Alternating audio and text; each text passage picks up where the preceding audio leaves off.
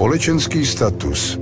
Čím výše na něm stojíme, tím lepší je obecně kvalita našeho života. Ale hraje naše finanční situace roli i ve stavu nouze? Chtěli jsme to zjistit. Proto jsme si najali Tomáše, herce, a požádali ho, aby skolaboval na jednom z nejfrekventovanějších náměstí v Praze.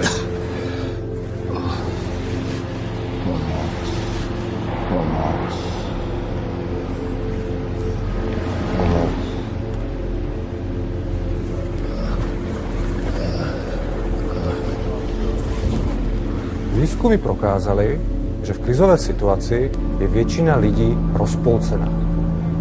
Cítí potřebu pomoci, ale když vidí, že ostatní zůstávají nečinní, řešení problému se rovněž vyhnou.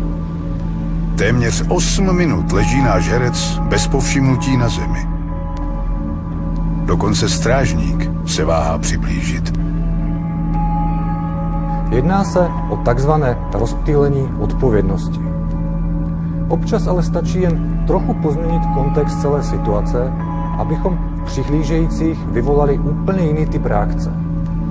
Vyzkoušeli jsme experiment ještě jednou.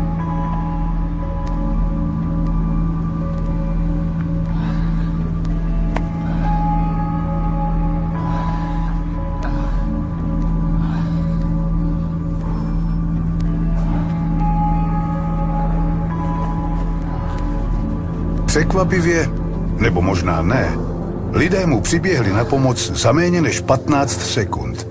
Bez ohledu na to, kam jdou, se chtějí ujistit, že je v pořádku. Jenom jste mi udělal trošku špatně, možná trošku vody.